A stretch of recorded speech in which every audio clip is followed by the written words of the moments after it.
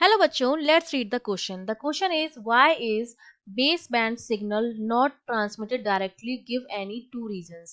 हमें बताना है कि जो बेसबैंड सिग्नल होते हैं उनको हम डायरेक्ट ट्रांसमिट क्यों नहीं कर सकते हैं, उसके दो रीजन हमें बताने हैं. So I am writing the key concept of this question.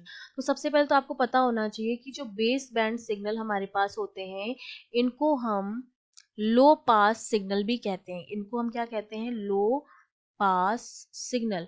क्योंकि इनकी जो फ्रिक्वेंसी होती है वो काफी कम होती है. इनकी जो फ्रिक्वेंसी होती है वो बहुत ही कम होती है, जिसको मैं कह सकती हूँ near by zero. Near zero होती है इनकी फ्रिक्वेंसी. अगर मैं कंपेयर करूं इनकी हाईएस्ट फ्रिक्वेंसी से, तो इनकी जो फ्रिक्वेंसीज आती हैं वो सिग्नल जो ऐसी फ्रिक्वेंसीज इंक्लूड करते हैं जो ऑलमोस्ट जीरो होती हैं अगर इनकी हाईएस्ट फ्रिक्वेंसी से कंपेयर किया जाए, तो ऐसे सिग्नल्स को हम कहते हैं बेस्ट बैंड सिग्नल. और इनको हम लो पास सिग्नल भी कहते हैं. जैसे अगर मैं एग्जांपल दूं तो एक साउंड वेव फॉर्म जो है उसको हम कंसीडर कर सकते हैं. अगर मैं एक साउंड वेव फॉर्म को कंसीडर करूं तो उसको मैं बेस बैंड सिग्नल कह सकती हूँ. क्योंकि एक रेडियो सिग्नल और एक जो रेडियो सिग्नल है या कोई भी मॉड्यूलेटेड सिग्नल है वो नहीं हो सकता बेस बैंड सिग्नल, क्योंकि उसकी फ्रिक्वेंसी जो होती है इस तरह की नहीं होती है. ठीक है, तो ये हमारा हो गया बेस बैंड सिग्नल.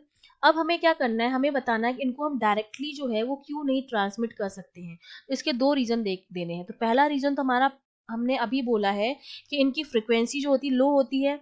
इसका मतलब इनकी जो वेवलेंथ होती है वो काफी हाई होती है. It's higher wavelength. अगर फ्रीक्वेंसी लो है दैट सिंपली मीन्स कि वेवलेंथ क्या होगी? हाई होगी, क्योंकि फ्रीक्वेंसी और वेवलेंथ एक दूसरे के इनवर्सली प्रोपोर्शनल होते हैं. तो मैं दोनों बातें लिख सकती हूँ.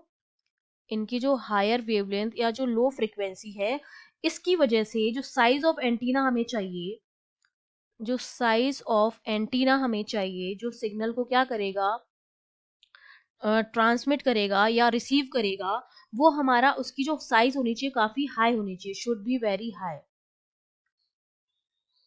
अगर हम डायरेक्ट ट्रांसमिट करना चाह रहे हैं बेसबैंड सिग्नल को, तो उसके लिए जो हमें एंटीना चाहिए या फिर मैं बोल सकती हूँ कोई भी एरियल जो हम ट्रांसमिशन के लिए यूज कर रहे हैं वो काफी हाई होना चाहिए. तो एक तो इसलिए हम ट्रांसमिट नहीं करते, इतने बड़े हाई साइज का एंटीना हम कहाँ से लेके आएंगे. दूसरा जो रीजन रहता है, अगर हम लीनियर एंटीना की बात करें, कोई अगर हमने लीनियर एंटीना की हम बात कर रहे हैं जिसकी लेंथ हमने मान लिया कि एल है. ठीक है, तो उसकी जो पावर रेडिएशन होता है, उसका जो पावर रेडिएटेड होती है वो इनवर्सली प्रोपोर्शनल होती है वेवलेंथ की. पावर रेडिएटेड जो होती है that is inversely proportional to the wavelength. अब बेसबैंड सिग्नल की वेवलेंथ तो बहुत हाई होती है, इसका मतलब जो पावर रेडिएट होगी वो शुड बी वेरी लेस, वो बहुत ज्यादा कम होगी. तो इसलिए हम इनको डायरेक्टली ट्रांसमिट नहीं करते, क्योंकि हम चाहते हैं कि जो हमारी पावर रेडिएटेड हो वो ज्यादा आए और एंटीना भी हमें इतने बहुत बड़े साइज का नहीं लेना पड़े. इसलिए हम इसको डायरेक्ट ट्रांसमिट करने की बजाय हम इसको ट्रांसमिटिंग एंटीना और रिसीविंग एंटीना इस तरह से उनको ट्रांसमिट करते हैं.